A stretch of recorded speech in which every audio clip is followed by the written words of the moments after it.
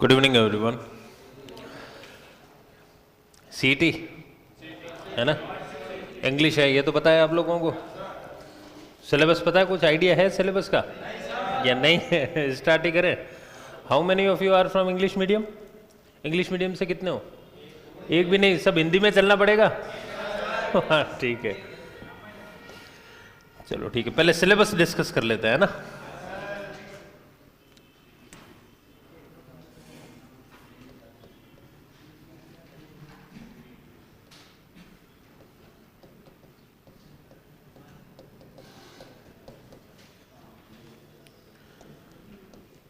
अब देखो, इंग्लिश जो है वो मिलकर बनती है, इंग्लिश लैंग्वेज है और लैंग्वेज मिलकर बनती है किस किस से? वोकेबलरी, फिर क्या कौन सा पोर्शन आता है?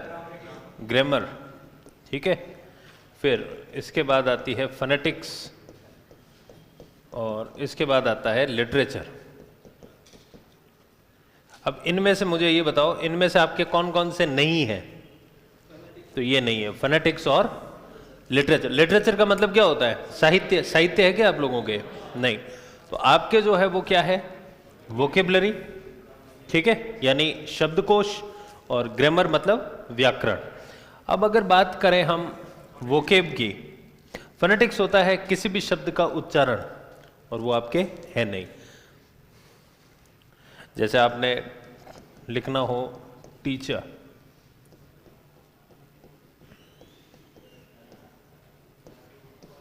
ये जो है ना, ये कहलाती है फोनेटिक्स, और ये है नहीं आप लोगों के, ठीक है। वोकेब में कौन कौन से चैप्टर है, कुछ आइडिया है आपको?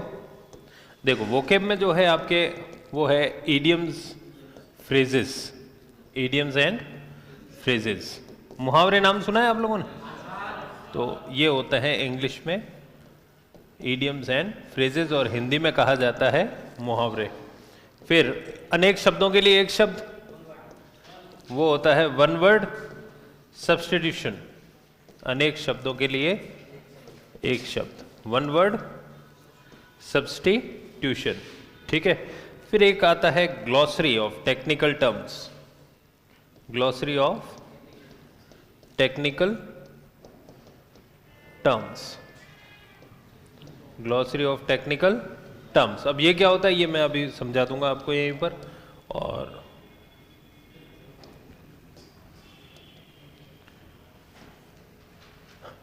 फिर आता है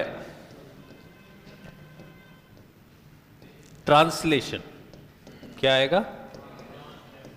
ट्रांसलेशन। अब ट्रांसलेशन क्या होता है? अनुवाद करना, है या ना? हिंदी में अनुवाद करना, वो हो जाएगा ट्रांसलेट। तो वोकेब पोर्शन जो है वो ये है, idioms, phrases, one word substitution, glossary of technical terms और ट्रांसलेशन। किसी भी सेंटेंस का क्या करना? ट्रांसलेशन करना, हिंदी में या इंग्लिश में अनुवाद करना। अब और अनेक शब्दों के लिए एक शब्द, ये तो देखे हुए ही होंगे आपने, मुहावरे भी देखे हुए ही हैं, ठीक है। तो बचता कौन सा है? Glossary of technical terms. अब जैसे देखो, जैसे मैंने है एंटोनिम सिनोनिम आने की चांसेस बहुत कम है। एंटोनिम सिनोनिम आते हैं वैसे, लेकिन आने के चांसेस बहुत कम, क्योंकि वो इसमें यही है अपने सीईटी में। एलडीसी में तो है, एलडीसी में तो एंटोनिम्स, और वैसे नोट्स मिल जाएंगे आपको उसमें। और ग्लॉसरी में जो आता है, ग्लॉसरी में जैसे मैंने लिख दिया कैबिनेट, कैबिनेट में क्या होगा? अब इसका हिंदी अर्थ पूछेंगे आपसे, कैबिनेट कह लो, या मैंने लिख दिया काउंसिल। क्या लिख दिया? काउंसिल। अब आपसे पूछा जाएगा इसको, काउंसिल को हिंदी में क्या कहा जाता है, कैबिनेट को हिंदी में क्या कहा जाता है? कैबिनेट को हिंदी में क्या बोलते हैं? मंत्रालय है, और ये होता है मंत्री परिषद। मंत्री, ठीक है। काउंसिल ऐसा नाम सुना होगा ना पॉलिटी में आप लोगों ने, मंत्री परिषद और ये सब, या नहीं सुने हैं? सुना है ना, ठीक है। उसी तरह जैसे एक वर्ड आ जाता है मेमोरेंडम। क्या वर्ड आ गया? मेमोरेंडम। मेमोरेंडम को हिंदी में कहते हैं ज्ञापन। वर्ड सुना है क्या आप लोगों ने? आज कलेक्टर को ज्ञापन दिया, आज इसको ज्ञापन दिया, ये सुना होगा ना आप लोगों ने। तो ज्ञापन को इंग्लिश में क्या बोलते हैं और मेमोरेंडम को हिंदी में क्या बोलते हैं? ये होता है हमारा ग्लॉसरी ऑफ टेक्निकल टर्म्स। जैसे समन, ये वर्ड आ गया, समन्स का मतलब होता है जो कोर्ट से बुलावा आता है, किसी को बुलावा आता है तो उसको क्या बोलते हैं हम, इंग्लिश में बोलते हैं समन्स, और हिंदी में उसको क्या बोला जाता है, बुलावा। क्या बोलते हैं, बुलावा। तो ये होता है क्या, ग्लॉसरी ऑफ टेक्निकल। ऐसे हिंदी में भी होंगे आपके, है या इस बार नहीं है, ये वाला है। जो हिंदी है तो इंग्लिश आ जाएगा, इंग्लिश है तो हिंदी आ जाएगा, ठीक है। तो ये तो हुई हमारी किसकी बात, वोकेब पोर्शन की। किसकी बात हुई, मुहावरे, अनेक शब्दों के लिए एक शब्द, ग्लॉसरी हो ही गई, और ट्रांसलेशन। फिर बात आती है ग्रामर, जो कि इंपॉर्टेंट है, और इसमें कमांड करने से ही हम पास होंगे, ये तो पता ही है आप लोगों को, ग्रामर आनी ही आनी चाहिए। अब ग्रामर में जो है, आप लोगों ने आर्टिकल्स नाम सुना है क्या, तो articles, determiners, articles, determiners, tense, active passive voice सुना है आप लोगों ने, हाँ, एक्टिव वॉइस और पैसिव वॉइस, पैसिव वॉइस, ठीक है। और नरेशन यानी direct and indirect speech. Narration का मतलब होता है डायरेक्ट एंड इनडायरेक्ट, ये भी सुना ही होगा आप लोगों ने, ठीक है। और फिर आ जाता है कौन सा पोर्शन, हमारा प्रेपोजिशन,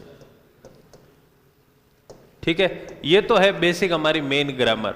लेकिन आप लोगों ने एक नाम सुना होगा, अनसीन पैसेज, अपठित गद्यांश। ये तो सुना ही है, 10वीं 12वीं पास करके आए हैं तो ये तो पता ही है हम लोगों को, अनसीन पैसेज। अब इसका नाम ही क्या है, देखो, अनसीन, अनसीन मतलब जो देखा हुआ, तो वहां पर आप चाहे 1000 कर लो, लेकिन वहां पर तो आपको बिल्कुल क्या करेगा, नया ही मिलेगा। तो ये तभी होगा जब आप ज्यादा से ज्यादा क्या करोगे, प्रैक्टिस करो। इसमें टाइम मैनेजमेंट होता है। पहली बार पढ़ोगे तो उसमें टाइम लगेगा घंटा भर, लेकिन क्या आप 3 क्वेश्चन के लिए घंटा भर दे सकते हो क्या, नहीं। तो इसलिए जितना हो सकेगा इसको प्रैक्टिस करना ही पड़े। और अनसीन पैसेज उसी को आएगा जिसकी grammar plus vocab, antonym synonym के चांसेस जो है वो इसी में से है। अगर आ जाए तो एंटोनिम सिनोनिम इसमें से पूछा जा सकता है। अपठित गद्यांश में एक शब्द ले लेंगे उसमें से, और उसका पूछ लेंगे इसका विलोम शब्द क्या है और इसका पर्यायवाची शब्द क्या है। अनसीन पैसेज, इसका मतलब हो गया अपठित गद्यांश। ये वाला टॉपिक भी समझ में आई गया आपको, ठीक है। अब एक आपने नाम सुना होगा, पत्र, औपचारिक और अनौपचारिक, लेकिन हमारे जो है वो है औपचारिक। कौन से हैं, औपचारिक। 2 लेटर्स होते हैं, फॉर्मल लेटर्स और इनफॉर्मल। लेकिन एग्जाम में जो क्वेश्चन आता है वो आता है फॉर्मल में से। किस में से आता है, और फॉर्मल लेटर्स की ही कैटेगरी में जाते हैं। आप लोगों ने नाम सुने होंगे सर्कुलर्स। स्कूल में सर्कुलर्स आते थे ना, कि कल छुट्टी है, परसों छुट्टी है, 3 दिन बाद आना है, 3 दिन छुट्टी है, तो इसको क्या बोला जाता है, सर्कुलर्स।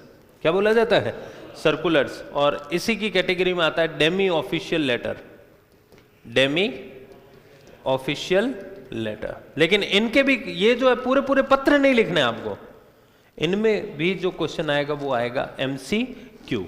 डेट कैसे लिखी जाती है, किस लेटर में कैसे डेजिग्नेशन होता है, क्या लिखना पड़ता है, लिखना सैल्यूटेशन कैसे लिखते हैं, पहले पोजीशन किसकी आती है, तो सब चीज़ें जो चलेगी वो किस में चलेगी, वो चलेगी MCQ। 10th 12th में तो हमने पूरा पूरा क्या लिखा, लेटर लिखना पड़ेगा ना, पूरा पूरा लेटर नहीं लिखना आपको, तो बस क्या आएगा, क्वेश्चन आएगा कि डेट लिखने का तरीका क्या होता है ये बताओ, तो उसमें हम सीखेंगे। तो ये है हमारा सिलेबस, वोकेब और ग्रामर। वोकेब और ग्रामर कंप्लीट होने के बाद ही आपको क्या समझ में आएगा, ये तो बिल्कुल तभी आएगा जब दोनों, क्योंकि इसमें वोकेब भी पूछ ली जाएगी आपसे, और जो क्वेश्चन है जो हम पूरा पैसेज पढ़ेंगे उसमें तो वो ग्रामर आएगी, तभी तो पूरा पैसेज पढ़ पाएंगे, अन्यथा नहीं पढ़ पाएंगे। ठीक है, चलिए लिखना तो लिखना होगा क्या आपको, या लिखा हुआ लिखना है, चलो लिख लो फटाफट।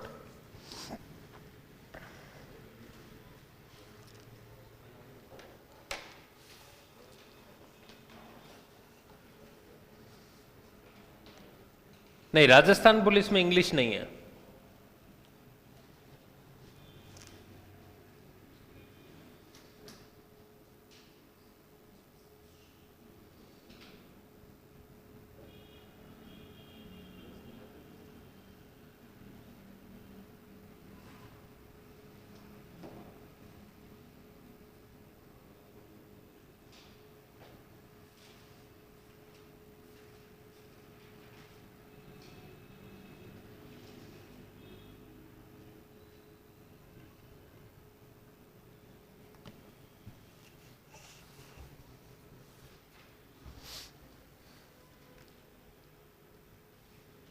ये तो सिर्फ समझाने के लिए ही था। इसकी जगह आप अनसीन पैसेज जब लिखो ना, तो अनसीन पैसेज को भी इसी कैटेगरी में लिख दो, अनसीन पैसेज, और साथ में अनसीन पैसेज के अंदर लिख दो एंटोनिम्स और सिनोनिम्स आ सकते हैं। एंटोनिम्स का मतलब क्या होता है? नहीं, विलोम शब्द। एंटोनिम्स का मतलब क्या है? और पर्यायवाची जिसको बोला जाता है वो क्या बोला जाता है? सिनोनिम्स। ये पर्यायवाची है और ये विलोम है। विलोम शब्द और पर्यायवाची।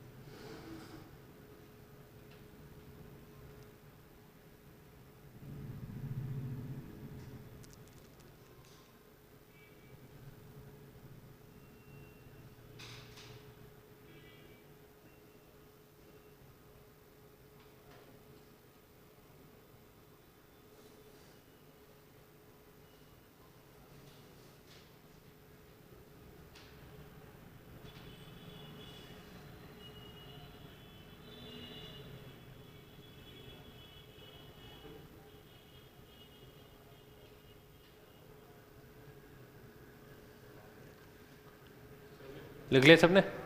ठीक है।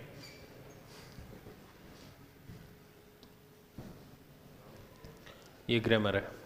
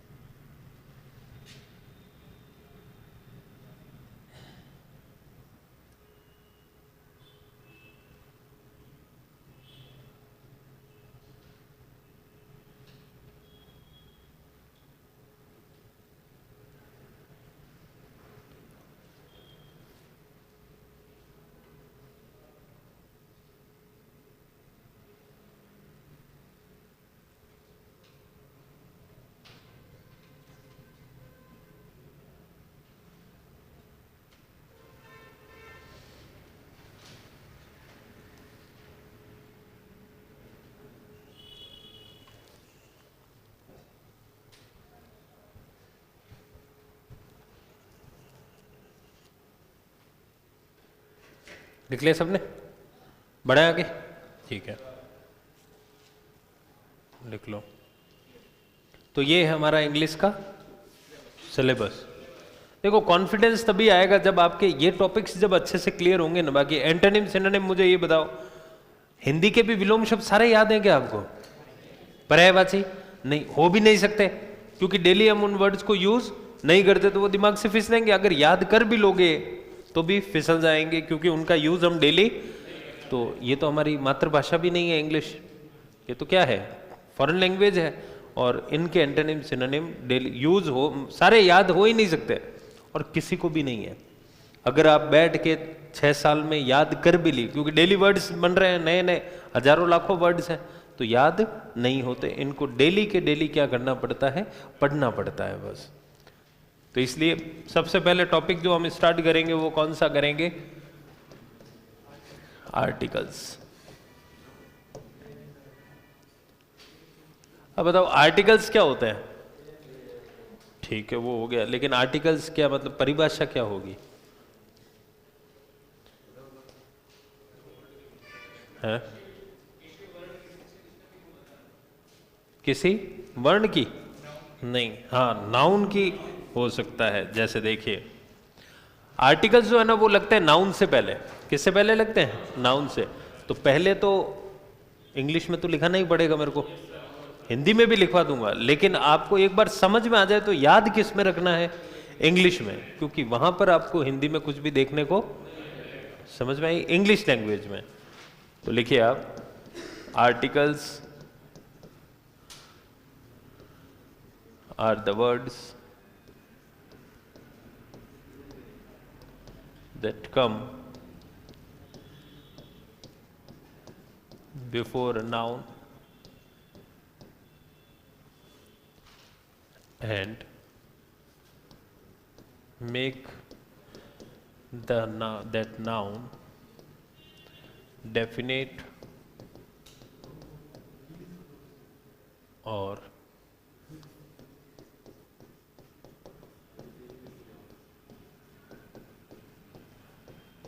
indefinite।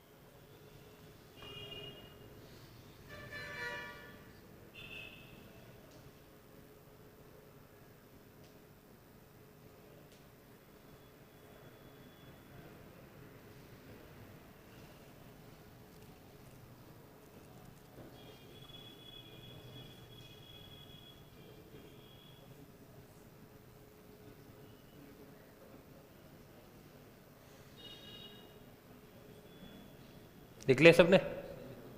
हैं?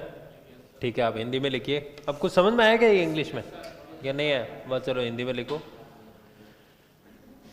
आर्टिकल्स वे शब्द होते हैं, आर्टिकल्स वे शब्द होते हैं जो किसी संज्ञा शब्द से पहले लगकर, आर्टिकल्स वे शब्द होते हैं जो किसी संज्ञा शब्द से पहले लगकर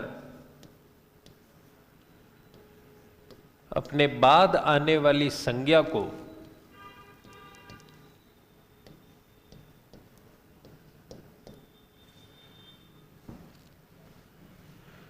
आर्टिकल्स वे शब्द होते हैं जो किसी संज्ञा शब्द से पहले लगकर अपने बाद आने वाली संज्ञा को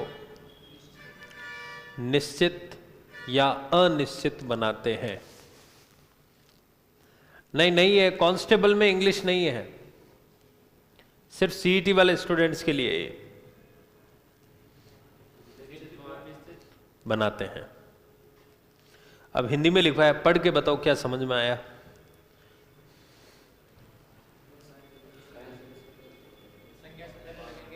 बस किससे पहले लगेंगे? संज्ञा से पहले, यानी नाउन होना चाहिए, ठीक है, संज्ञा। और इनका काम क्या है? अपने बाद आने वाली संज्ञा को निश्चित या अनिश्चित बनाना। ये कार्य किसका होता है? आर्टिकल्स का होता है, ठीक है। अब पहले तो हमें यह देखना पड़ेगा कि यहां पर जो नेम आ रहा है वो सबसे पहले जो नाउन क्या आ रहा है? मेन क्या आ रहा है? नाउन, ठीक है। और नाउन को हिंदी में क्या बोलते हैं? संज्ञा। अब थोड़ा सा हमें देखना पड़ेगा, क्योंकि ये लगेंगे किससे पहले? संज्ञा से पहले। तो थोड़ा सा हम नाउन देखेंगे। तो नाउन जो है वे बेसिकली कितने प्रकार के होते हैं? How many types of noun? या पहले नाउन होता क्या है? Definition of noun.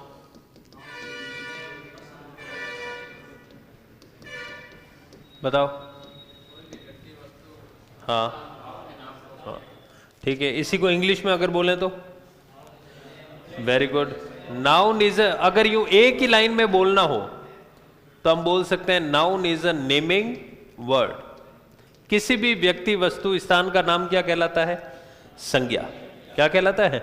और जो हम बचपन से पढ़ते आ रहे हैं वो क्या है? Noun is a name of a person, place. Noun is a name of a person, place नहीं, प्लेस, प्लेस, एनिमल,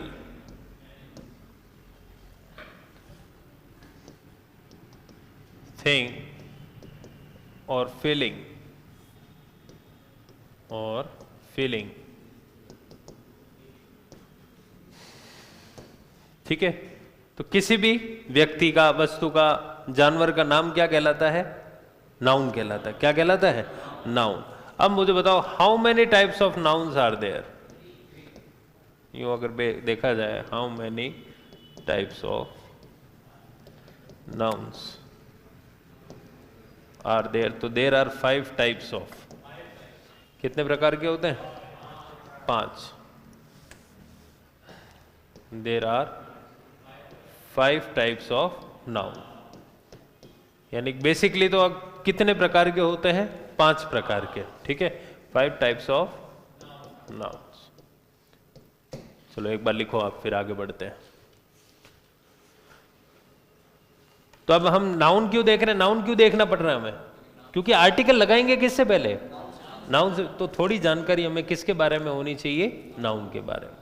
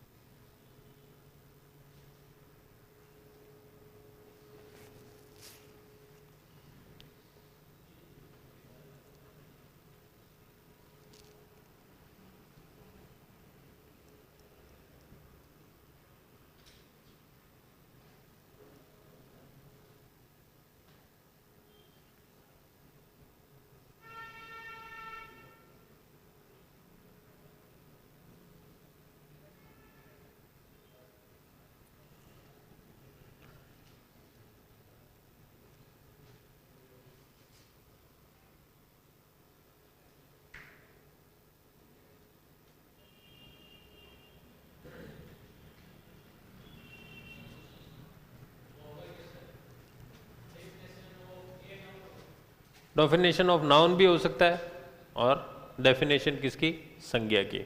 एक संज्ञा भी हम, क्योंकि नाउन भी क्या है, सिंगुलर काउंटेबल नाउन है।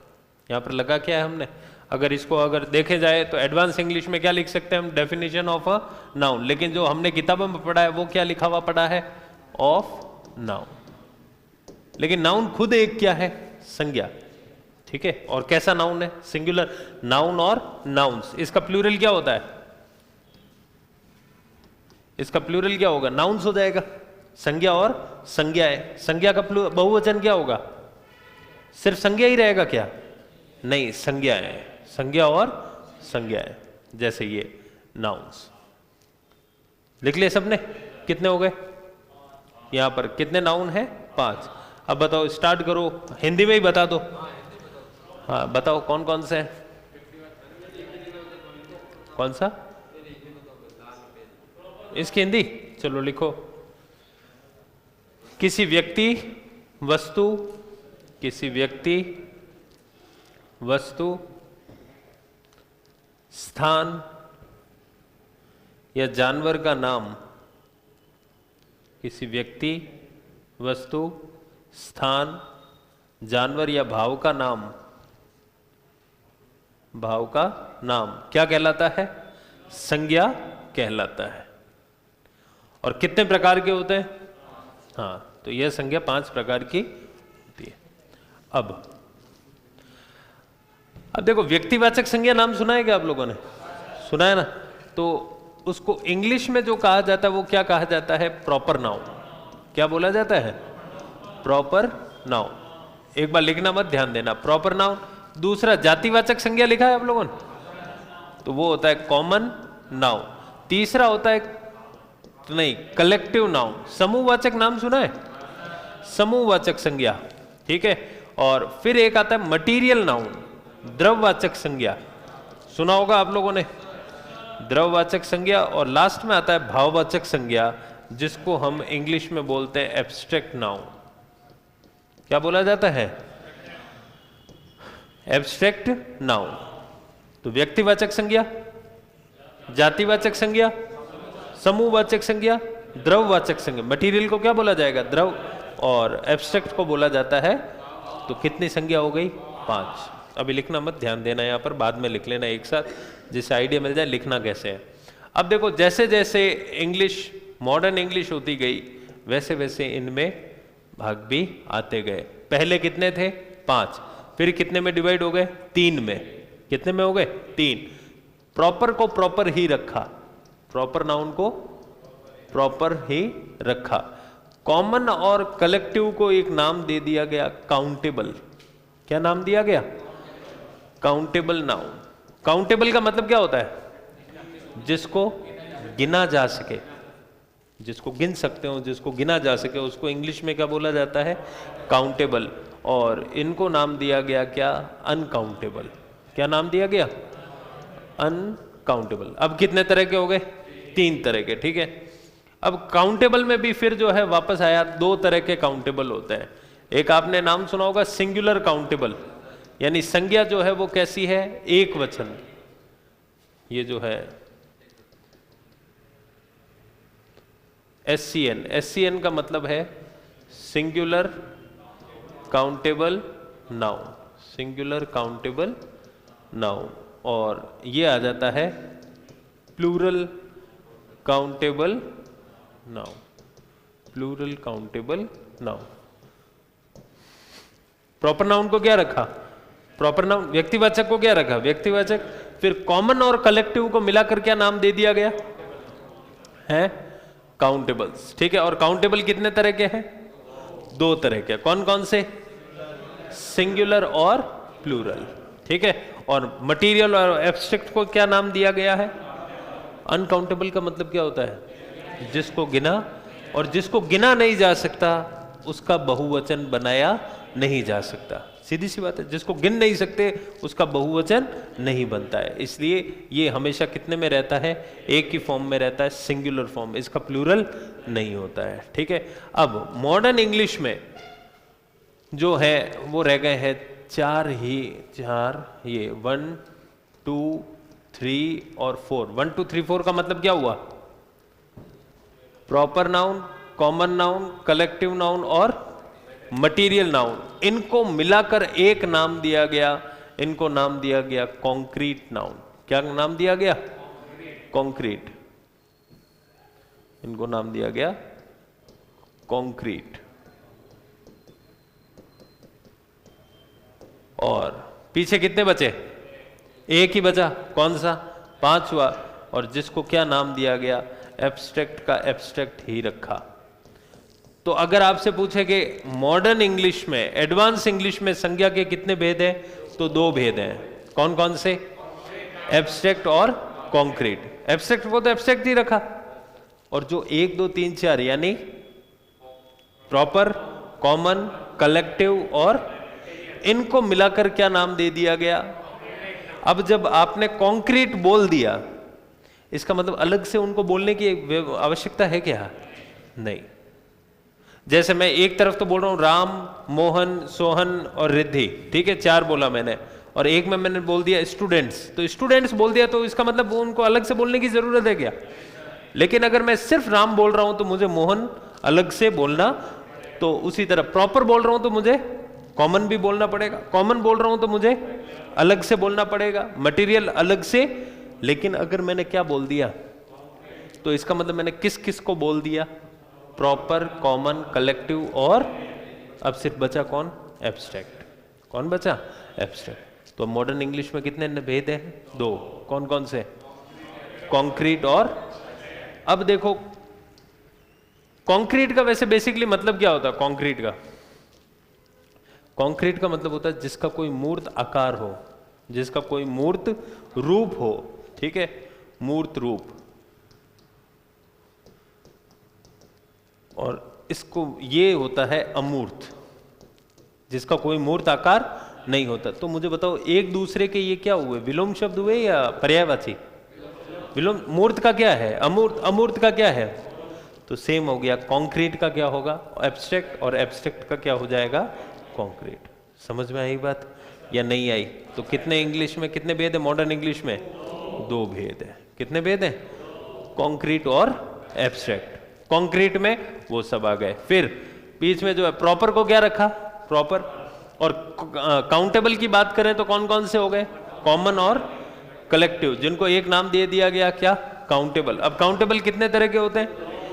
एक वचन और बहुवचन। और अनकाउंटेबल कौन कौन से हैं? मटेरियल और। तो अब ये चीजें जो है ना आपको ध्यान रखनी पड़ेगी। बेसिकली जब हम आर्टिकल्स करेंगे ना, तो ये चीज काउंटेबल्स और अनकाउंटेबल, ये बहुत काम आएगा। काउंटेबल में कौन कौन से? सिंगुलर, प्लूरल और अनकाउंटेबल। ये तीनों नाम आपको याद रखने पड़ेंगे, ठीक है? लिख लो फटाफट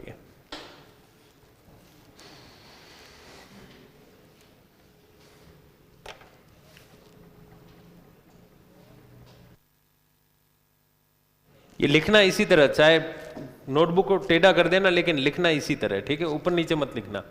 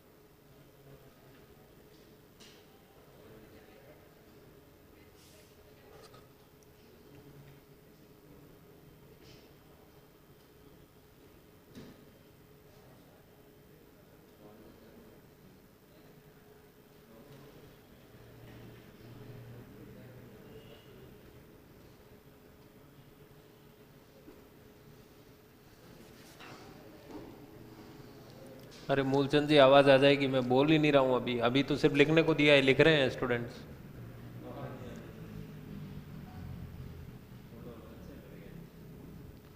लिख लिया सबने?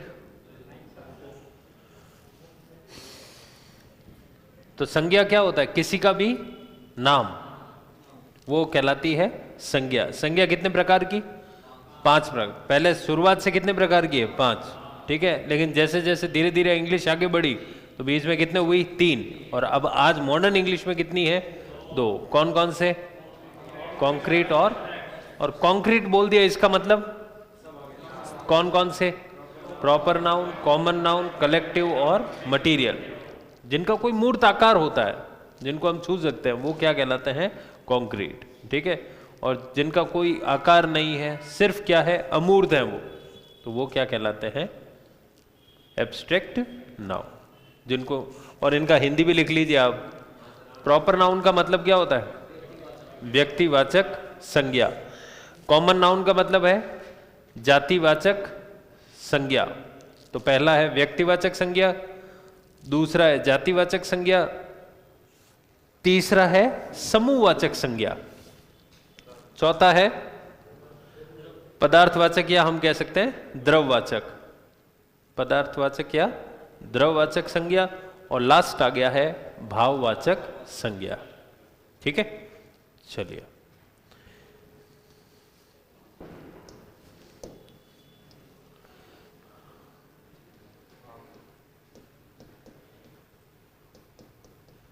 अब हम डिफरेंस देखते हैं किस किस में, कॉमन नाउन और प्रॉपर नाउन में।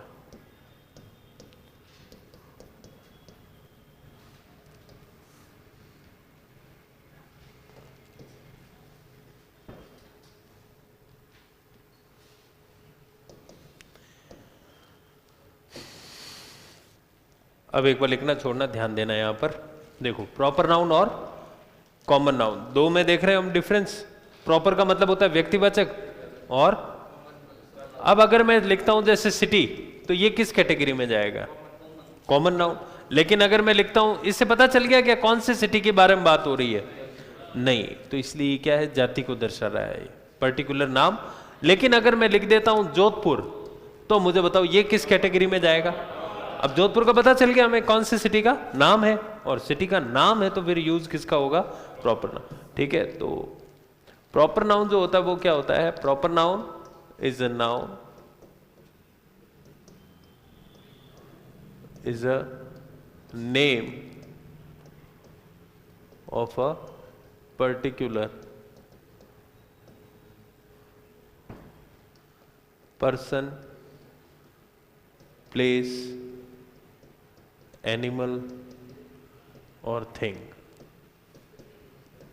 पर्सन, प्लेस, एनिमल और थिंग, इनका नाम क्या कहलाता है? क्या नाम कहलाता है? किसी भी व्यक्ति, वस्तु, स्थान या जानवर का प्रॉपर नाम, वो क्या कहलाता है? Proper noun. और ये जो बात करता है, ये बात करता है इन कॉमन की। कॉमन नाउन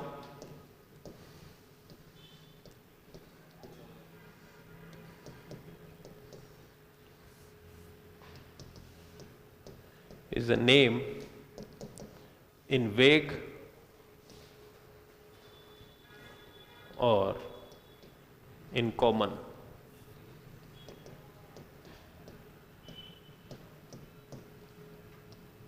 वेग का मतलब होता है अस्पष्ट, जिससे पूरा पता न चले कि किसके बारे में एक्चुअल में बात हो रही है। तो वेग का मतलब होता है अस्पष्ट। अब मुझे बताओ, जैसे पता चल गया सिटी, तो आपको मुझे बताओ ये पता चल गया क्या कौन सी सिटी के बारे में बात हो रही है? तो ये क्या है? अस्पष्ट है। लेकिन मैं जोधपुर लिख दूं तो पता चल गया कौन सी सिटी के बारे में बात कर रही है। अब अगर हम कहें कि देश, तो आपको पता चल गया कौन से देश की बात हो रही है। लेकिन भारत प्रॉपर हुआ है या नहीं हुआ? वो व्यक्तिवाचक हुआ है या नहीं हुआ? हुआ। तो आप सिर्फ पहले है ना प्रॉपर नाउन को ही लिखिएगा, सिर्फ ये डेफिनेशन। अभी कॉमन नाउन मत लिखिएगा, प्रॉपर नाउन।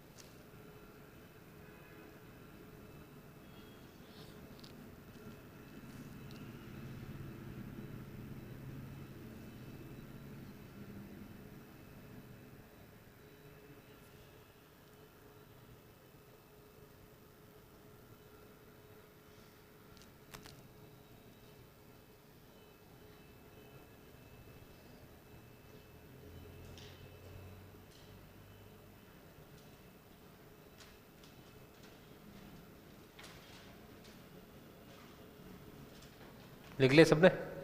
ठीक है, अब ध्यान दीजिएगा। अब लिखना छोड़ना, हिंदी में लिखना है इसको। लिखो आप, किसी भी व्यक्ति वस्तु, किसी भी व्यक्ति वस्तु स्थान, किसी भी व्यक्ति वस्तु स्थान या जानवर का निश्चित नाम, किसी भी व्यक्ति वस्तु, किसी भी व्यक्ति वस्तु स्थान या जानवर का निश्चित नाम व्यक्तिवाचक संज्ञा कहलाता है। निश्चित नाम व्यक्तिवाचक संज्ञा कहलाता है। ठीक है, तो व्यक्तिवाचक संज्ञा क्या होता है? किसी भी व्यक्ति वस्तु स्थान या जानवर का निश्चित नाम, वो क्या कहलाता है? Proper noun. ठीक है, व्यक्तिवाचक संज्ञा। अब देखो, जैसे मैंने यहां पे लिखा रमन, तो ये किसी व्यक्ति का नाम हो गया, हुआ या नहीं हुआ? एक निश्चित नाम है।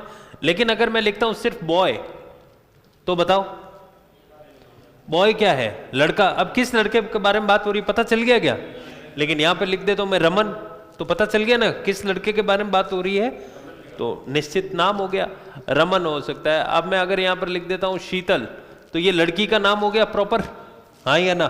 तो ये प्रॉपर नाउन है या कॉमन नाउन है? और लेकिन अगर मैं लिखता हूं गर्ल, तो बताओ ये कौन सी? ठीक है, उसी तरह मैंने लिख दिया जैसे सिटी, ठीक है, सिटी, स्टेट, सॉरी ये इसमें नहीं, इसमें सिटी, स्टेट, कंट्री, कॉन्टिनेंट। अब मुझे बताओ कॉन्टिनेंट का मतलब क्या होता है? ठीक है, महाद्वीप। तो कौन से महाद्वीप के बारे में बात हो रही है, पता चल गया आपको? नहीं। लेकिन अगर मैं यहां पर लिख दूं जोधपुर या जयपुर, तो बताओ ये किस कैटेगरी में जाएगा? Proper noun. अगर मैंने यहां पर लिख दिया राजस्थान या गुजरात, तो आपको पता चल गया क्या कौन से स्टेट के बारे में बात हो रही? उसी तरह अगर मैंने लिख दिया इंडिया, अमेरिका, ऑस्ट्रेलिया, तो ये सब क्या है? कंट्री है। और अगर मैंने लिख दिया एशिया, तो ये किस कैटेगरी में जाएगा? Asia, proper noun. लेकिन कॉन्टिनेंट, कॉमन नाउन। अब रिवर किस में जाएगा? रिवर। कौन सी नदी के बारे में बात हो रही, पता चल गया क्या आपको? नहीं। लेकिन गंगा, प्रॉपर नाउन। तो ये जो जाएगा गंगा, यमुना, ये सब किस में जाएंगे? प्रॉपर। लेकिन रिवर जो जाएगा वो किस में जाएगा? कॉमन में। ठीक है, अब मैं लिखता हूं ओशन, महासागर, तो कॉमन में किस महासागर की बात हो रही, पता चल गया क्या? नहीं। तो ओशन जो जाएगा वो किस कैटेगरी में जाएगा? लेकिन अगर मैं लिखता हूं पैसिफिक ओशन, तो फिर वो किस कैटेगरी में जाएगा? क्योंकि पैसिफिक ओशन पता चल गया ना, प्रॉपर एक नाम हो गया।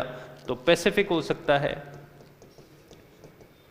अटलांटिक हो सकता है, हिंद महासागर, इंडियन ओशन, तो ये किस कैटेगरी में जाएगा? प्रॉपर नाउन में। ठीक है, उसी तरह अगर मैं लिखता हूं, जैसे लिख दिया मैंने कोई भी वाटरफॉल का नाम लिख दिया, ठीक है, तो वाटरफॉल, वाटरफॉल का मतलब समझते हो आप क्या? ठीक है, जलप्रपात, तो बताओ वो किस कैटेगरी में जाएगा? है। लेकिन अगर मैं लिखता हूं विक्टोरिया, तो फिर किस में जाएगा? क्योंकि विक्टोरिया वाटरफॉल किस में जाएगा? नाम हो गया ना वाटरफॉल का, तो वो किस कैटेगरी में जाएगा?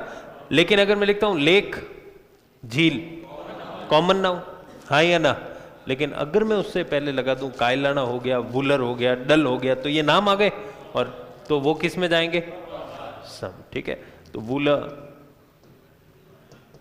तो ये जो जाएगा ये किस कैटेगरी में जाएगा? प्रॉपर। लेकिन लेक किस कैटेगरी में जाएगा?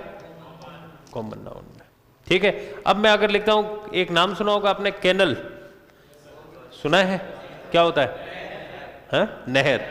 तो नहर से पता चल गया आपको किस नहर के बारे में बात हो रही? नहीं। लेकिन अगर मैं लिख दूं पनामा, पनामा नहर सुना होगा ना हम लोगों ने, तो वो बताओ अब ये किस कैटेगरी में गया?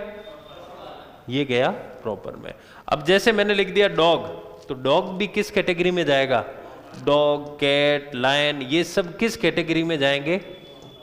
Common noun. लेकिन अगर इन तीनों का हमने क्या रख रखा है, नाम रख रखा है, जैसे आपने देखा होगा टी बागिन, T3 बागिन, ऐसे नाम लिखे हुए होते हैं, सुना होगा ना, तो वो किस कैटेगरी में जाएंगे?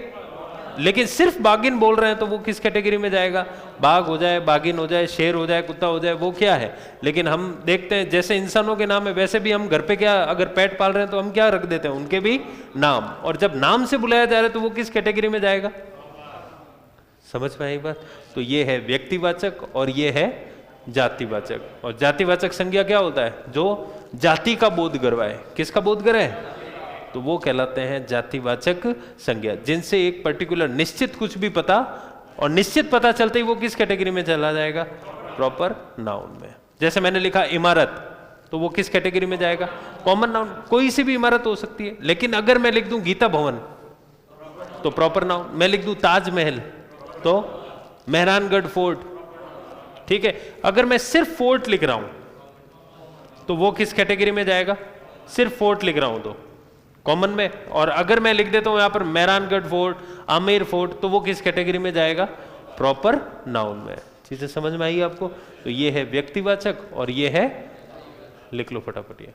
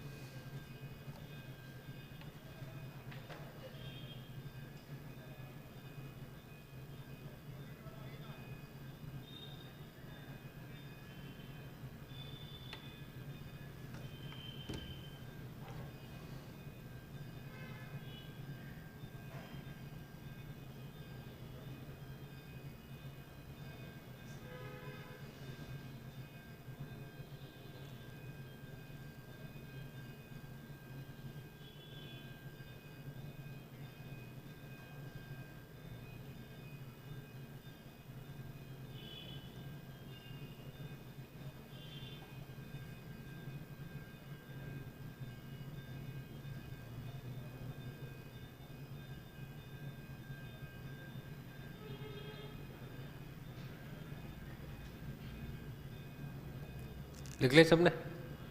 लिख लो, लिखते ही बता देना।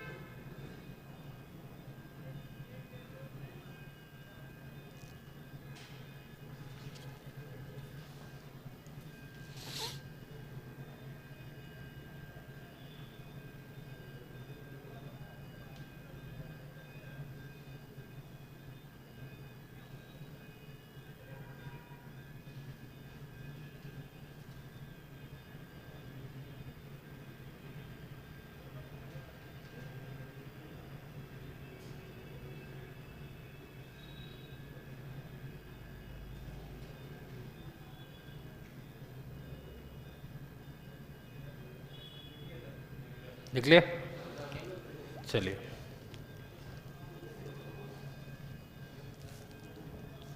तो हमने अभी कितने नाउन देख लिए? 2, व्यक्तिवाचक और जातिवाचक। ठीक है, अब जैसे अगर मैंने सेंटेंस लिखा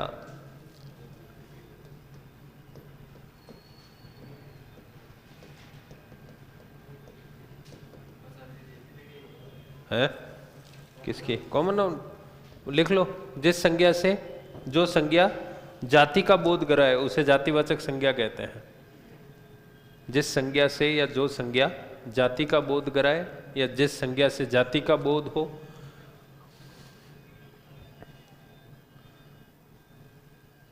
वह जातिवाचक संज्ञा कहलाती है।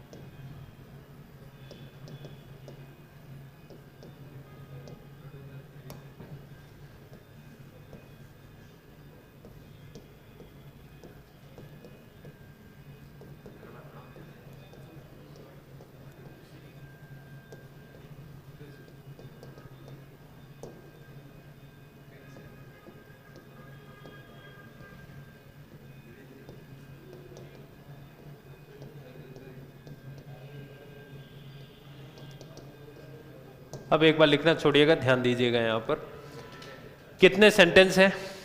6 सेंटेंस। इनमें अगर मैं आपसे कहूं कि कौन सा नाउन कॉमन नाउन है, तो पता लगा लोगे क्या या नहीं? पहले वाले सेंटेंस में कॉमन नाउन दिख रहा है आपको कोई या नहीं दिख रहा? कौन सा है? गर्ल। ये क्या है? कॉमन नाउन है। नाउन तो है ना ये, और नाउन कौन सा है? Common noun. दूसरे वाले में बॉय। ये क्या है? कॉमन नाउन है, और नाउन को गिना जा सकता है नहीं गिना जा सकता है? गिना जा सकता। अब बॉय से पता चल गया क्या किस बॉय के बारे में बात हो रही है? नहीं। गर्ल से पता चल गया? नहीं। तो किस कैटेगरी में जाएंगे ये? Common noun. ठीक है, फिर इसमें, इसमें, इसमें और इसमें। अब इनसे कुछ भी हमें एग्जैक्ट पता नहीं चल रहा, इसलिए किस कैटेगरी में जाएंगे सारे के सारे? तो बताओ समझ में आया या नहीं आया? आ गया। फिर अगर मैं कहूं इनमें से प्रॉपर नाउन को ढूंढ सकते हो क्या, तो क्या है? अब राधिका से हमें क्या है पता चल गया कि किस लड़की के बारे में बात हो रही है। अब भले ही एक क्लास में 10 राधिका हो, उससे फर्क नहीं पड़ेगा, लेकिन अगर 100 स्टूडेंट है और उसमें से कहा जाए कि राधिका खड़े हो, तो कितने? 100 के 100 खड़े हो जाएंगे क्या? जितने भी राधिका हैं वो क्या हो जाएंगे? खड़े। तो निश्चित तो हुआ ना, या नहीं हुआ? अगर बोला जाए सारे स्टूडेंट्स खड़े हो जाओ, तो कोई बैठा रहेगा क्या? नहीं। तो किसी एक पर्टिकुलर के बारे में बात नहीं हो रही। स्टूडेंट क्या है? जाति को बता रहा है, लेकिन राधिका ये बता रहा है प्रॉपर को। किसको बता रहा है? प्रॉपर। ठीक है, आगे ये क्या है? Proper noun. ये क्या है? Proper noun. ये क्या है? अब हम बिल्ली और कुत्तों का नाम रखते हैं कि नहीं रखते हैं? वो कुछ भी हो सकता है, लेकिन अगर नाम से है तो फिर वो किस कैटेगरी में जाएगा? प्रॉपर नाउन में। कुछ भी हो, चाहे XYZ। अब बताओ, ये प्रॉपर नाउन है। ये गंगा जो है वो क्या है? प्रॉपर नाउन है। गंगा कैसे कॉमन? कितनी के गंगा? गंगा कितनी है? एक ही है ना भाई। सीधे ही गंगा नदी की बात होगी तो आपका ध्यान कितनों पे जाएगा? अलग अलग नहीं। लेकिन हम कहें राजस्थान में नदी बह रही, तो अब नदी बह रही तो कौन सी नदी की बात हो रही है ये पता चल गया क्या आपको? नहीं। तो कई नदियां हैं, आई बात समझ? तो हम अगर बात करेंगे कि चंबल नदी, तो फिर ये सीधा सीधा क्या आ गया? प्रॉपर नाम। किस नदी के बारे में बात हो रही है? चंबल।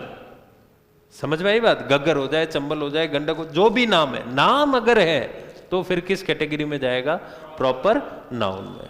अदरवाइज किस में जाएगा? कॉमन नाउन में। समझ पाई बात? ठीक है। अब ये सारे कौन सी कैटेगरी में गए? Proper noun. ये सब किस कैटेगरी में गए? इसमें इज जो है वो है वर्ब, क्रिया है। क्या है ये? वर्ब। इज सारे क्या सारे जो है वो किस कैटेगरी में गए? वर्ब में। और ये कौन से नाउन है? Proper noun. ठीक है, द तो आर्टिकल हो गया यहां पर। और अब देखो, और ये कौन सी कैटेगरी चली गई? Common noun. यहां तक समझ में आया या नहीं आया? आ गया सबको समझ में? ठीक है। अब मुझे बताओ इस सेंटेंस में ये क्या है? आर्टिकल। यही तो चैप्टर चल रहा है हमारा, इसी के लिए तो हम वो कर रहे हैं सारा। ये आर्टिकल, ये आर्टिकल, ये और ये भी आर्टिकल। ठीक है, तो ये सब कैटेगरी जो चली गई वो किसकी हो गई? आर्टिकल्स की। ठीक है, अब मुझे बताओ intelligent, diligent, fierce, beautiful, wonderful और सेक्रेड। अब ये इस गर्ल की क्या बता रहा है? और विशेषता बतलाने वाले शब्द क्या होते हैं? विशेषण। और विशेषण को इंग्लिश में बोलते हैं एडजेक्टिव। क्या बोला जाता है? जैसे नाउन को हिंदी में क्या बोलते हैं? संज्ञा। संज्ञा को इंग्लिश में क्या बोलते हैं? नाउन। सर्वनाम को हिंदी में, सॉरी इंग्लिश में प्रोनाउन, और प्रोनाउन को हिंदी में सर्वनाम। क्रिया को वर्ब, वर्ब को क्रिया। ठीक है, उसी तरह विशेषण को एडजेक्टिव और एडजेक्टिव को विशेषण, विशेषण। एडजेक्टिव को विशेषण और एडवर्ब को क्रिया विशेषण। क्या बोला जाता है? क्रिया विशेषण। तो अब इसमें आपको पूछा जाए इन सारे सेंटेंसेस में कौन कौन से एडजेक्टिव हैं, तो पहले वाले में गर्ल की क्या बता रहा है? विशेषता। तो ये इंटेलिजेंट जो है वो विशेषण। डिलीजेंट इस बॉय की क्या बता रहा है? अब डिलीजेंट का मतलब होता है परिश्रमी। क्या होता है? जो मेहनत करता हो। मेहनती हम बोलते हैं ना, हार्ड वर्किंग है। ठीक है, इंडस्ट्रियस है डिलीजेंट। और इंटेलिजेंट का मतलब होता है होशियार। अब देखो, फियर्स का मतलब होता है खतरनाक। क्या होता है? हमलावर। ठीक है, फिर ब्यूटीफुल, सुंदर। सब तो इस ब्यूटीफुल जो है वो कैट की क्या बता रहा है? विशेषता। लेकिन कौन सी कैट सुंदर है? तो वो है, तो क्या हर कैट के बारे में बात हो रही है क्या यहां? ठीक है, चलो किस सिटी के बारे में बात हो रही है? और जोधपुर कैसी सिटी है? वंडरफुल। तो इस सिटी के बारे में क्या हुआ? विशेषता बता। और विशेषता किस शब्द से बताई गई? वंडरफुल से। किससे बताई गई? वंडरफुल। और सेक्रेड का मतलब होता है पवित्र। तो गंगा एक कैसी नदी है? तो नदी की क्या बताई जा रही है? और कौन सी नदी पवित्र है? गंगा। समझ में आई बात? तो ये सब किस कैटेगरी में गए? एडजेक्टिव। और एडजेक्टिव को हिंदी में कहते हैं विशेषण। कॉमन नाउन को हिंदी में कहते हैं जातिवाचक संज्ञा। लिखो फटाफट अब ये।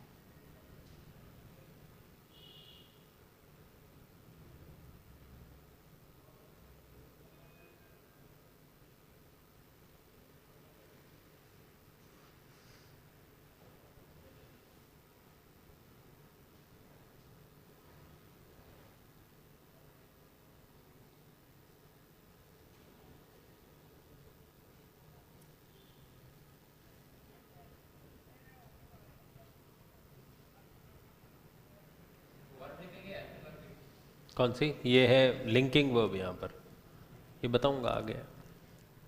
लिंकिंग वर्ब है ये, हेल्पिंग वर्ब नहीं है। हेल्पिंग का मतलब होता है सहायक, और सहायक का मतलब होता है किसी ना किसी की क्या करेगा, सहायता। तो सहायता करता है वर्ब की, यहाँ पर वर्ब है ही कितनी, एक, इसलिए ये सहायक क्रिया नहीं है, ये लिंकिंग वर्ब है।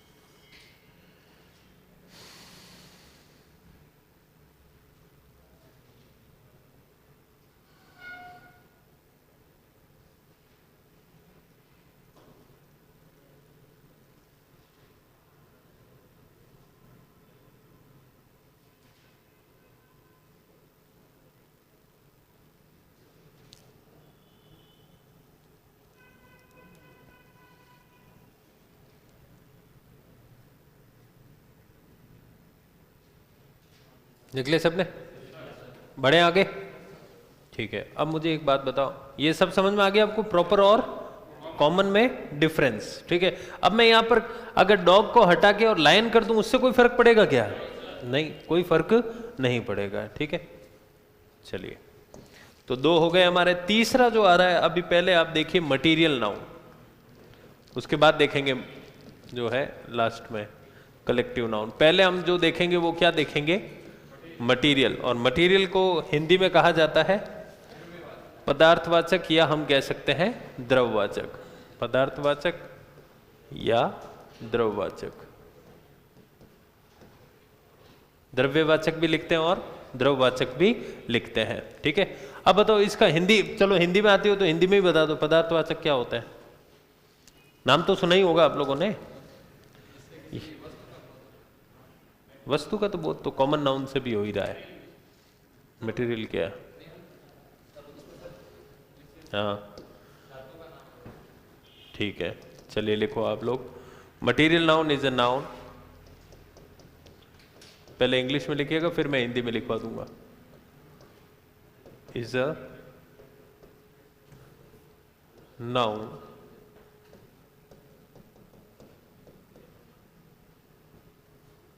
which can be seen, touched, eaten, drunk,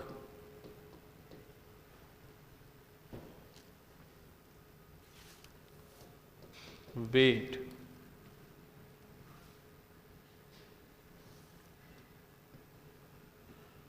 or measured,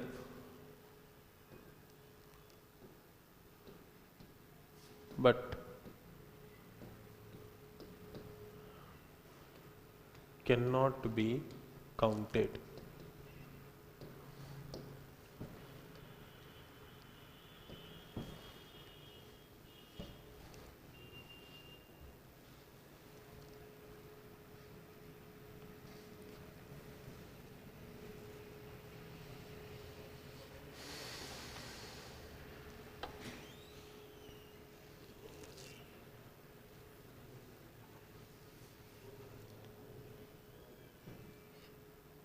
Jagdish, ये कांस्टेबल की क्लास नहीं, ये सीईटी की क्लास चल रही है अभी।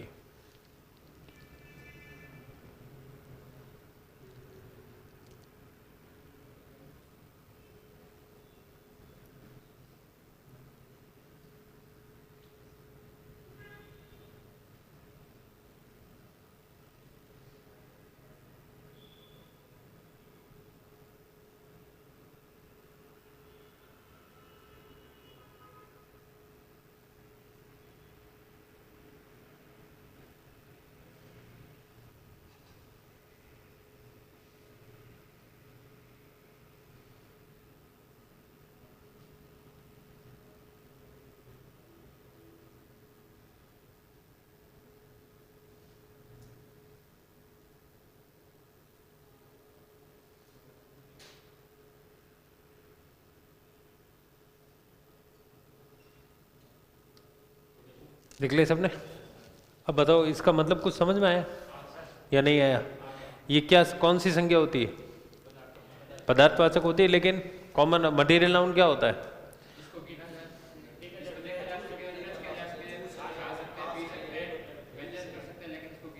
गिन नहीं सकते। और आपको पता हो तो अनकाउंटेबल में ही रखा था हमने इसको, हाँ या ना?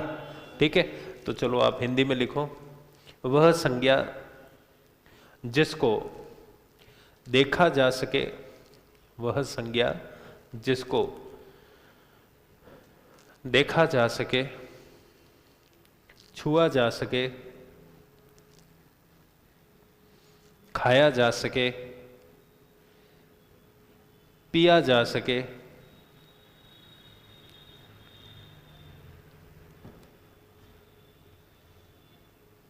नापा जा सके या तोला जा सके, लेकिन जिसको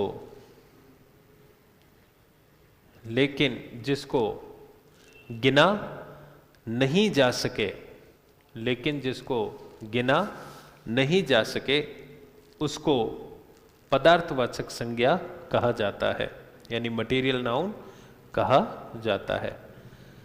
अब कुछ समझ में आया? यानी हर एक चीज में ये सब पॉइंट्स नहीं है, इनमें से एक या दो पॉइंट्स हर चीज में चलेंगे। जैसे या तो क्या किया जा सकता है, देखा या छुआ जा सकता है, खाया में या पिया जा सकता है, या फिर नापा या तोला जा सकता है, उसको क्या बोलते हैं हम? Material noun. अब मुझे बताओ, जैसे वाटर, क्या वर्ड आ जाए? वाटर। अब मुझे बताओ, वाटर को गिना जा सकता है क्या? वाटर को गिना नहीं जा, लेकिन पिया जा सकता है या नहीं पिया जा सकता है? छू भी सकते हैं हम इसको या नहीं छू सकते? ठीक है, उसी तरह मिल्क किस कैटेगरी में जाएगा? पिया जा सकता है, इसको छुआ जा सकता है, देखा जा सकता है, होता है कि नहीं होता? मेजर नहीं करते, तोलते हैं इसको, नापा नहीं जाता। ये क्या किया जाता है? तोला जाता है, वे किया जाता है, लीटर, 2 लीटर, 3 लीटर, 4 लीटर, ठीक है, तोला जाता है इसको। आगे बढ़ो, अगर मैं यहां पर लिख देता हूं कॉफी, क्या लिख दिया मैंने? कॉफी को गिना नहीं जाता, क्या किया जाता है? पिया जा सकता है और ठीक है, देखा जा सकता। उसी तरह टी, चाय, चाय को देखा जा सकता है, छुआ जा सकता है, पिया जा सकता, लेकिन गिना जा सकता है क्या?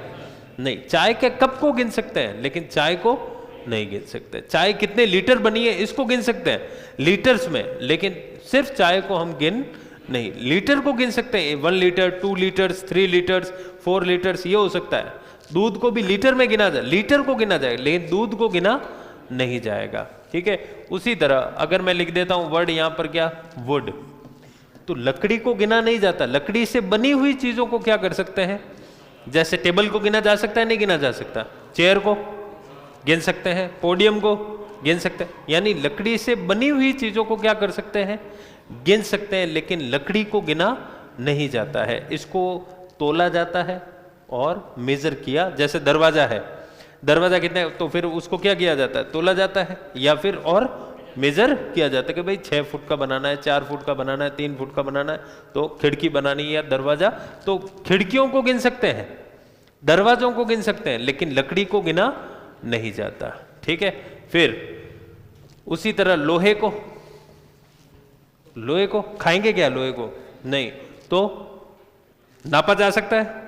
आपने देखा होगा ना, हम नापते हैं कि इस चीज में कितना लोहा लगेगा, तो वो नाप के दिया जा सकता है। और दूसरा तोल के दिया जाता है, होता है कि तोल के भाव मिल रहा है। ठीक है, तो नापा या तोला जा सकता। अब मुझे बताओ, इसको छुआ जा सकता है कि नहीं छुआ जा सकता है? छुआ, देखा जा सकता है, नहीं देखा जा सकता है? देखा जा सकता है। अब चाहे इसमें आ जाए सिल्वर, सिल्वर को तोला जाता है कि नहीं तोला जाता है? ठीक है, लेकिन क्या मेजर किया जाता है क्या?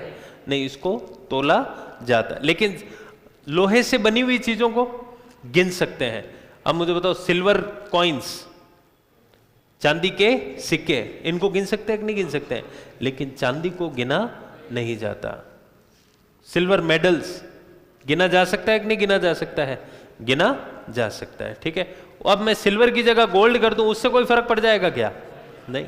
गोल्ड को गिना, लेकिन गोल्ड मेडल्स को गिना जा सकता है, गोल्ड कॉइन्स को गिना जा, गोल्ड रिंग्स को रिंग्स को गिन सकते हैं ना हम, 1 2 3 4 रिंग्स को गिन सकते हैं। अब वो चाहे सिल्वर की बनी हो और चाहे गोल्ड की बनी हो, लेकिन गोल्ड से बनी हुई चीजों को गिन सकते हैं, लेकिन सोने को गिना नहीं जाता है। ठीक है, तो ये हुआ आयरन, सिल्वर, गोल्ड। अब चाहे प्लेटिनम रखो, चाहे कोई भी, लेड रख दिया, ग्रेफाइट रख दिया, इनको गिना नहीं जाता है। आई बात समझ में? चलो एक बार लिख लो आप लोग।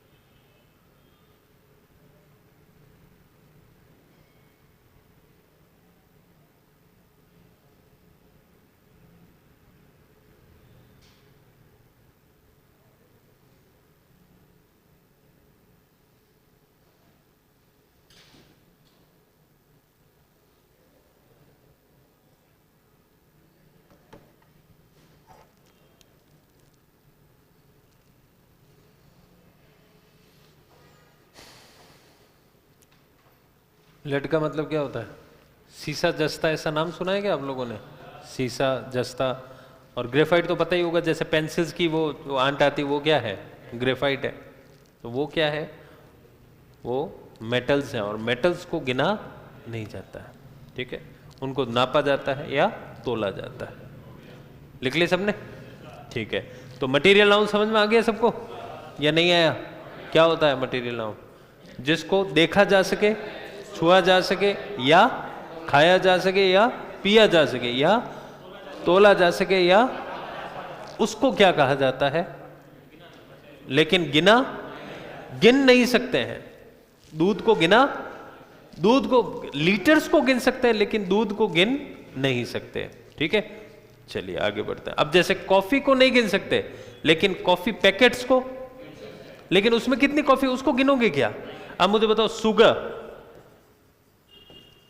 इसको क्या गिन क्या करते हैं क्या हम? नहीं, ये क्या होती है? तोली जाती है। क्या की जाती है? एक, अब तोल में कितने में? 1 किलो, 2 kgs, 3 kg, किलो को गिन सकते हैं, लेकिन शुगर को गिना नहीं जाता है। ठीक है, चलिए, तो कितने नाउन हो गए हमारे? 3। अब चौथा नाउन जो आ रहा है वो आ रहा है एब्स्ट्रैक्ट। कौन सा नाउन आ रहा है? Abstract noun. एब्स्ट्रैक्ट नाउन को हिंदी में कहते हैं, क्या कहा जाता है? भाववाचक संज्ञा। भाववाचक संज्ञा।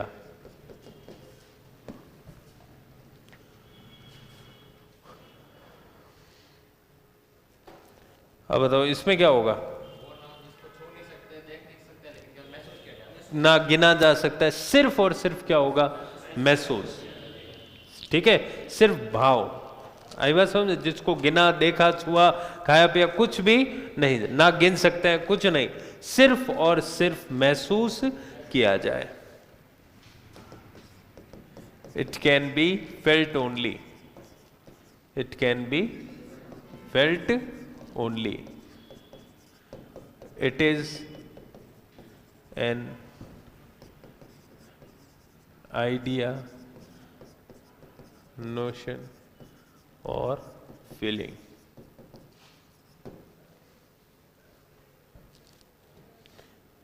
तो जिसको महसूस किया जा सके,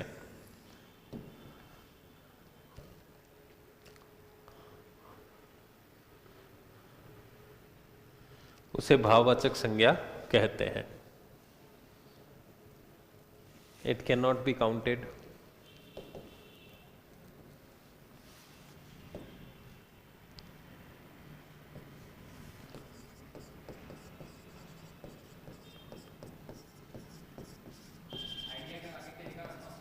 नोशन, इनका मतलब होता है विचार। दोनों का मतलब सेम होता है, आइडिया और नोशन।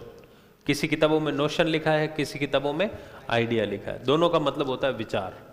तो विचार को देख नहीं सकते, उसको सिर्फ महसूस कर सकते हैं कि उसके मन में विचार आया है, ठीक है, वो सही है या गलत है, इसका हम सिर्फ कर सकते हैं कैलकुलेशन। देखा नहीं जाता। देख सकते हैं कि विचार को, ये पड़ा विचार, नहीं, ऐसा नहीं होता है।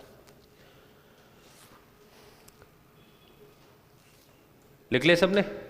वह संज्ञा जिसको सिर्फ महसूस किया जाए, किया जा सके, वह संज्ञा जिसको सिर्फ महसूस किया जा सके,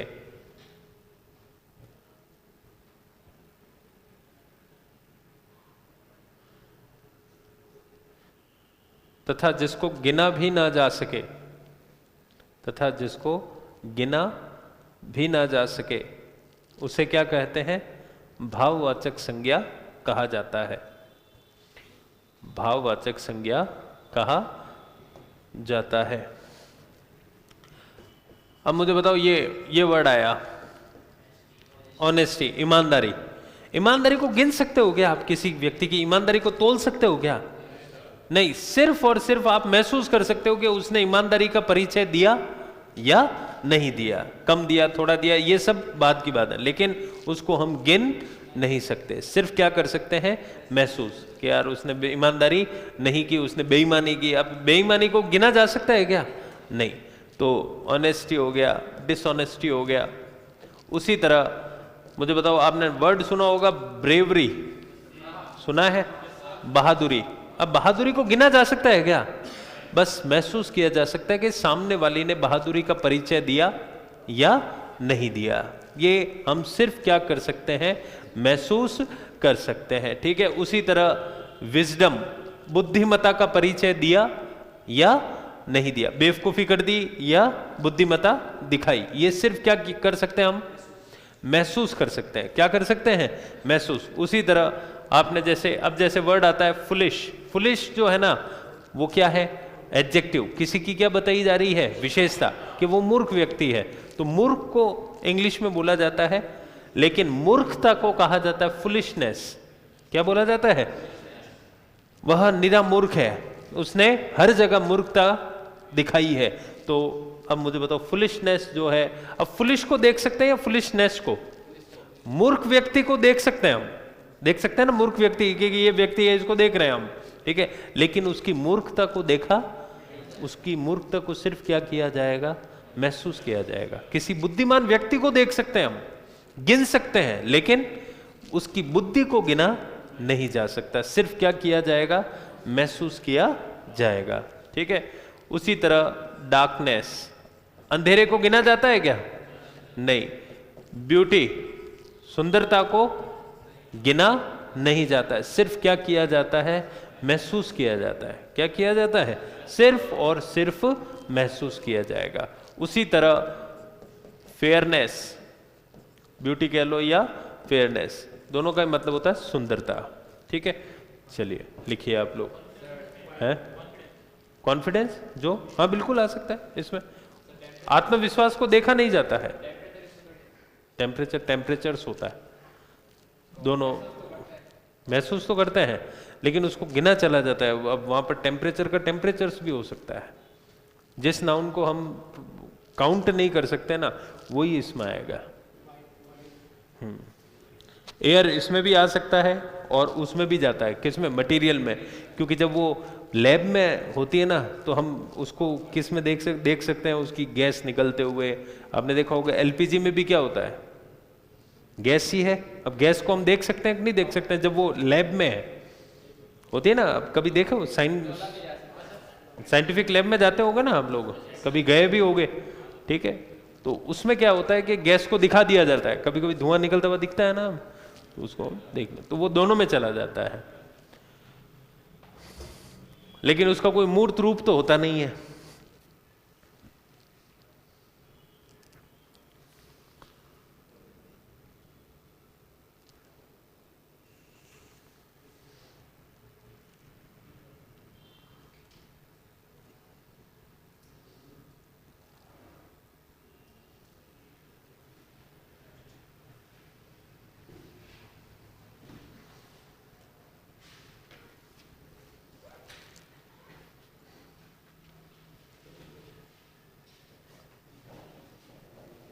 लिख लिया सबने?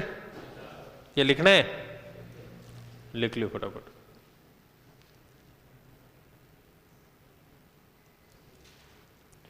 सुबह तो पूरा बैच बैठता होगा, दोपहर में 2 से स्टार्ट होती है।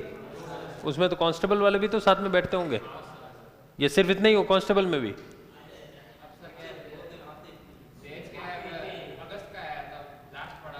नहीं नहीं, कांस्टेबल में तो अभी क्लास कोर्स बचा हुआ होगा ना। हाँ नहीं, वो कोई दिक्कत नहीं है, पढ़ने वाले बैठेंगे, नहीं पढ़ने वाले। और वैसे कोर्स हो गया क्या आप लोगों का सबका कंप्लीट? थोड़ा जीके तो हो गई होगी, ये चल रही है इकोनॉमिक्स, और इंडियन हिस्ट्री बाकी है अभी। ठीक, चलिए अब जो नाउन बचा वो कौन सा नाउन बचा है? कलेक्टिव नाउन, जिसको हम क्या कहते हैं? समूहवाचक संज्ञा।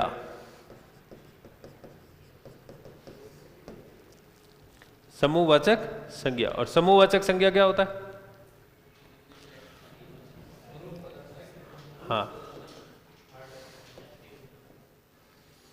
It is a name of a particular group.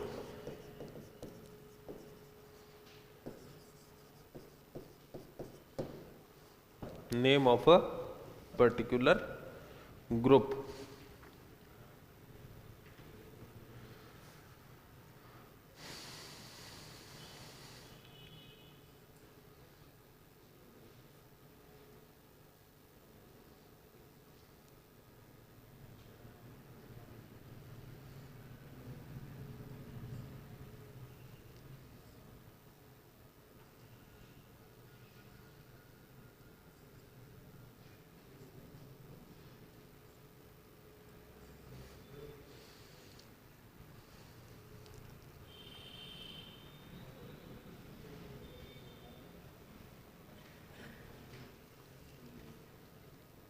देख लिया सबने? ठीक है, अब देखो इसका मतलब क्या हुआ? किसी भी समूह का एक निश्चित नाम वो कहलाता। अब लिखिए, किसी भी समूह का निश्चित नाम समूहवाचक संज्ञा कहलाता है।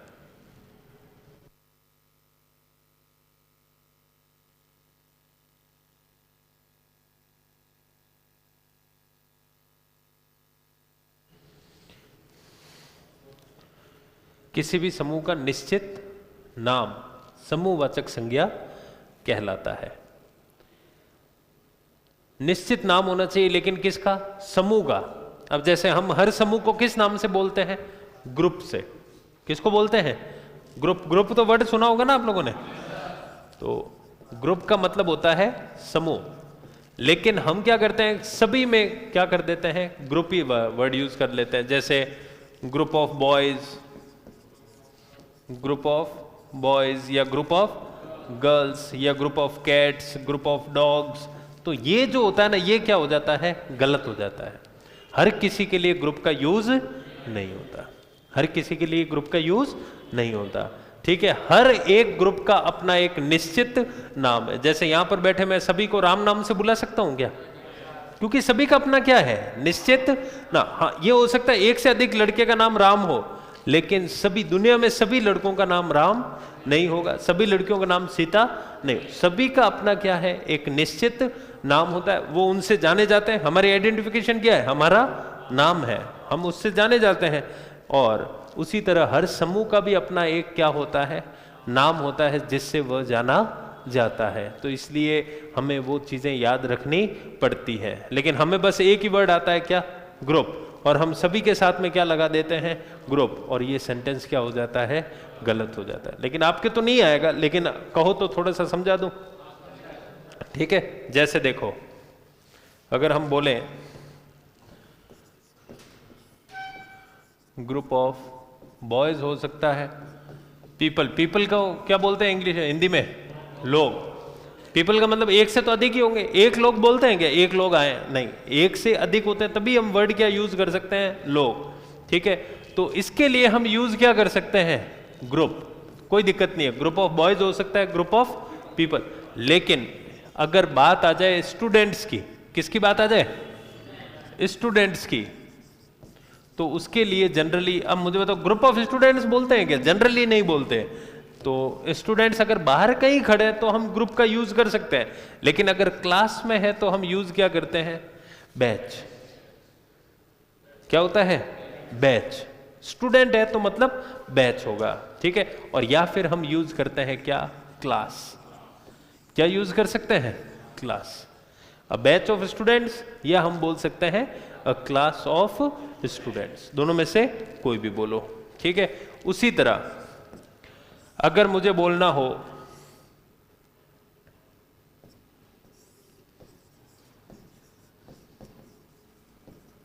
अब बताओ ये क्या है, तारे, तारों के समूह को, अब हिंदी में तो क्या बोलेंगे हम, तारों का समूह, लेकिन इंग्लिश में जो है ना वो ग्रुप नहीं बोला जाता। आपने वर्ड सुना होगा क्लस्टर, क्या होता है, क्लस्टर। या आपने गैलेक्सी सुना है क्या, ये तो सुना ही होगा सबने। और एक वर्ड आता है कॉन्स्टिलेशन, क्या आता है, तो स्टार्स के लिए ग्रुप का वर्ड यूज नहीं होता, समूह जब होता है ना तो या तो क्या बोलेंगे, अब क्लस्टर में कभी एक तारा नहीं होगा, एक से समूह है, समूह का मतलब तो क्या हो गया, एक से तो अधिक ही होगा, ठीक है। गैलेक्सी, एक से अधिक ही स्टार्स होंगे, हो कितने भी सकते हैं, लाखों करोड़ों हो सकते हैं, हजारों हो सकते हैं, 10,000 कितने भी, लेकिन एक से क्या होंगे, ज्यादा ही होंगे। और या फिर हम क्या यूज कर सकते हैं, कॉन्स्टी। अब मुझे बताओ क्या स्टूडेंट्स के लिए कॉन्स्टिलेशन कर सकते हैं क्या, है, गैलेक्सी कर सकते हैं, गैलेक्सी ऑफ स्टूडेंट नहीं होता। तो सभी का अपना क्या होता है, नाम होता है। ग्रुप है ये, और किन का ग्रुप है भाई, स्टार्स का, तो उसके लिए निश्चित नाम है कि उनके उन्हीं नाम से जाना जाता है। अब मुझे बताओ, मैंने जैसे वर्ड लिख दिया, अब ये आपको पता है क्या वर्ड आ जाए, वर्ड आ जाए जैसे जजेस, क्या वर्ड लिख दिया मैंने, जजेस। अब ये जजेस वर्ड तो सुना ही होगा आप लोगों ने। अब ग्रुप यूज करते हैं क्या, आपके मुंह से अभी हाथों हाथ निकला, क्या निकला, जूरी, क्योंकि पता है आपको, जूरी बोलते हैं हम। कोई भी आप देखो, जैसे डांस इंडिया डांस और ये ऐसे आते हैं ना, इंडियन आइडल, इसमें वो बैठे रहते हैं ना जज, उनको क्या बोलते हैं, जूरी ने ये डिसाइड किया, जूरी ने ये डिसीजन दिया। तो जूरी का मतलब क्या है, ग्रुप ऑफ जजेस, ठीक है। तो उसको हम वर्ड क्या यूज करते हैं, जूरी। और या फिर आपने नाम सुना होगा, इस सुप्रीम कोर्ट की इस बेंच ने ये डिसीजन दिया है। बेंच वर्ड भी किसके लिए यूज होता है, जजेस के लिए। स्टूडेंट्स के लिए बेंच वर्ड का यूज नहीं होगा, तो वो वर्ड क्या आता है, बेंच।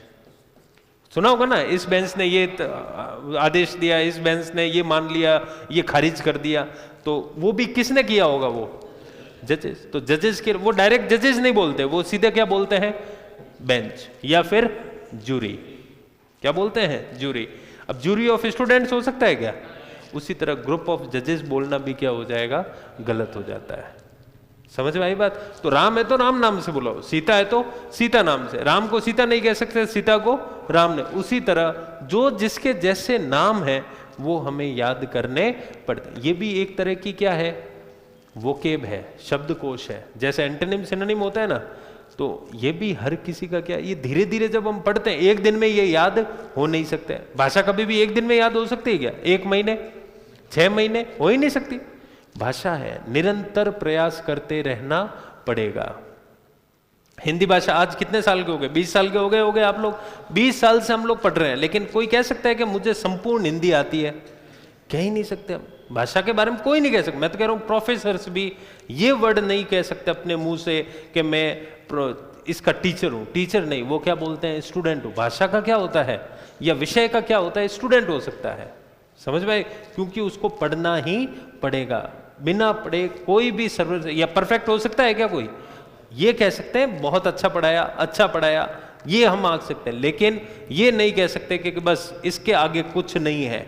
अब इतिहास में इतिहास के विशेषज्ञ हो सकते हैं, लेकिन इतिहास के जो हैं टीचर कहलाना, वो चीज़ क्या हो जाती है कि आप इतिहास को सबसे मतलब बस अब इतिहास आपके अलावा कुछ है ही नहीं, और ऐसा कभी भी हो नहीं सकता। सबसे बेहतरीन शिक्षक भी जो कहलाता है वो अपने आप को क्या बोलेगा, कहलाएंगे वो हमारे सामने स्टूडेंट के नजरिए से क्या बोलेंगे हम उसको, टीचर, लेकिन अपने आप को वो क्या मानेगा, हमेशा वो कहेगा मैं इतिहास का विद्यार्थी हूँ। बड़े बड़े प्रोफेसर से सुनना, वो हमेशा ये कहता है कि मैं इस चीज़ का क्या हूँ, विद्यार्थी का मतलब ही क्या हुआ, लगातार उसमें क्या हो रहे हैं, वो शिक्षण कर रहा है, उसका पढ़ रहा है, नई चीज़ें ज्ञान अर्जित कर रहा है और आगे स्टूडेंट्स को डिलीवर कर रहा है। लेकिन ये कभी नहीं कह सकते कि बस इतिहास मेरे से ज़्यादा कोई नहीं, या इतिहास मेरे से आगे कुछ है ही नहीं, ये संपूर्ण इतिहास मुझे पता है, जो भी है वो संपूर्ण पता है, ऐसा कोई भी नहीं कह सकता, क्योंकि इंसान कभी भी इस वर्ड का यूज नहीं कर सकता।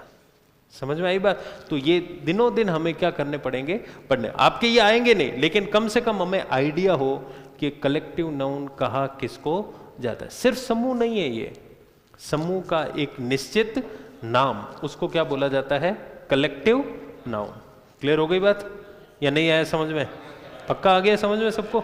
ठीक है, तो आज ये लिख लो, बाकी का हम कल पढ़ेंगे। ठीक है, तो कल ये पढ़ के आना एक बार, क्योंकि हमारे जो बात हो रही है वो किसकी हो रही है, नाउन की। किसकी बात हो रही है? तो नाउन पहले अच्छे से पढ़ते लेना, काउंटेबल, अनकाउंटेबल और जो भी है। फिर कल हम नया जो टॉपिक हमने स्टार्ट किया, क्या, आर्टिकल्स। और आर्टिकल्स लगते किससे पहले, नाउन, इसलिए नाउन हमें थोड़ा पढ़ना पड़ा। चलिए, थैंक यू।